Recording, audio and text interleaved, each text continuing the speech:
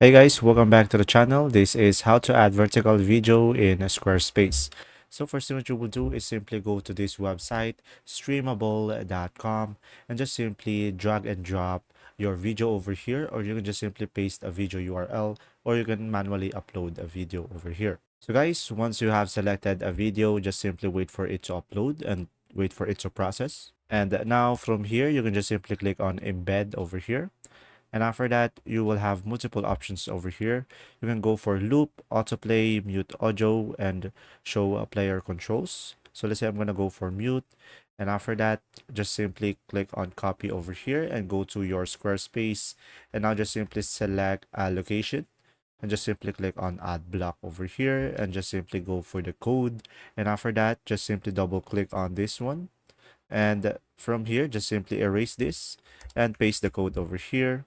And from here, you should be able to add your vertical video. And after that, just simply click on save over here. There you go. If this video was helpful, please like and subscribe, and thanks for watching. See ya.